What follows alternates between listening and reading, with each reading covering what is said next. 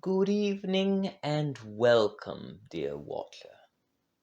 I am your host, Stuart Blanchet, and I thank you for joining us for yet another episode of Giles Tenderworth's Monsters in the Dark.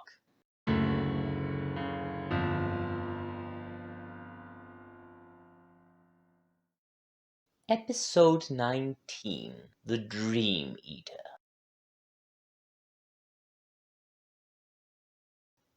The 9 daughters of Zeus and Mnemosyne each had 9 children of their own.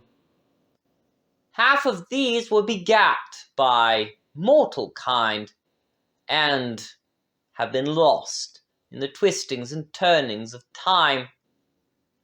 Half of those that remain were eaten by monsters or deities or horrors we know not. Half of those left now cast aside their immortality for love or tragedy or both. Half of this last cut went mad, lost to their unrequited souls. And 5 became heroes, Orpheus and Linus among them. But the 81st child of the Muses, daughter of Melpomene, encompassed all that her mother and aunts could offer, and so much more.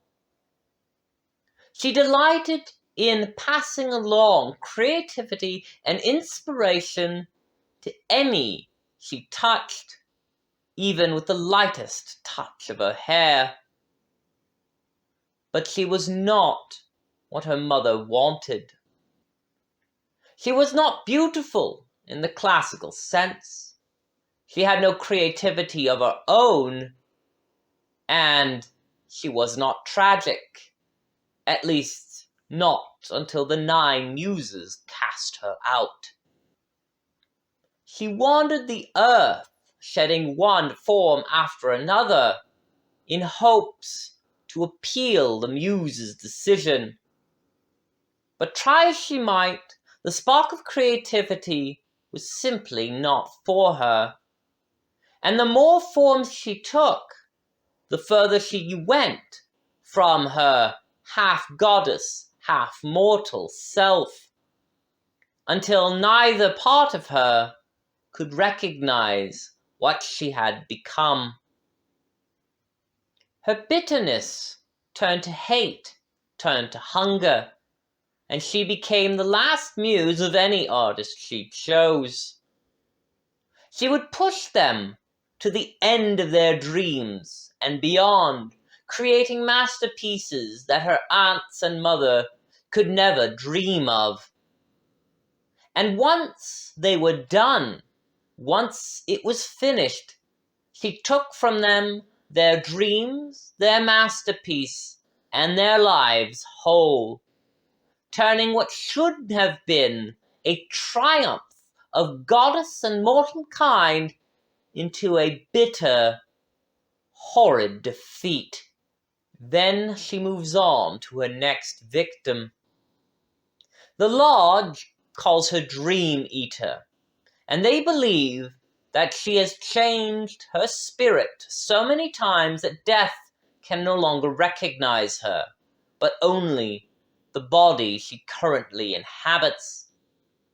Despite the gods wanting her actions stopped, it seems that she could only be chased away for a while and never actually killed. If you wish to avoid her attentions, we have this advice.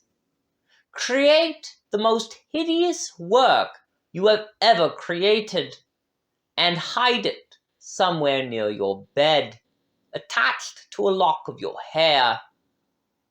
Place some garlic by the window and coat the window with your breath if you can. If you do these things, she may revile you, but at least you will not be her victim. If you ever become the focus of her wiles, pray. Pray for a good friend, for the only other option is a meaningless death. She will take your masterpiece, which you have killed yourself to complete, and swallow it whole, rendering it moot. So fare thee well into the dark. Keep your friends close, and your worst works closer. Trust your own muse, and be wary of the costs of perfection to both yourself and your close ones. Until next time, I am Stuart Blanchet, and this has been an episode of Giles Tenderworth's Monsters in the Dark.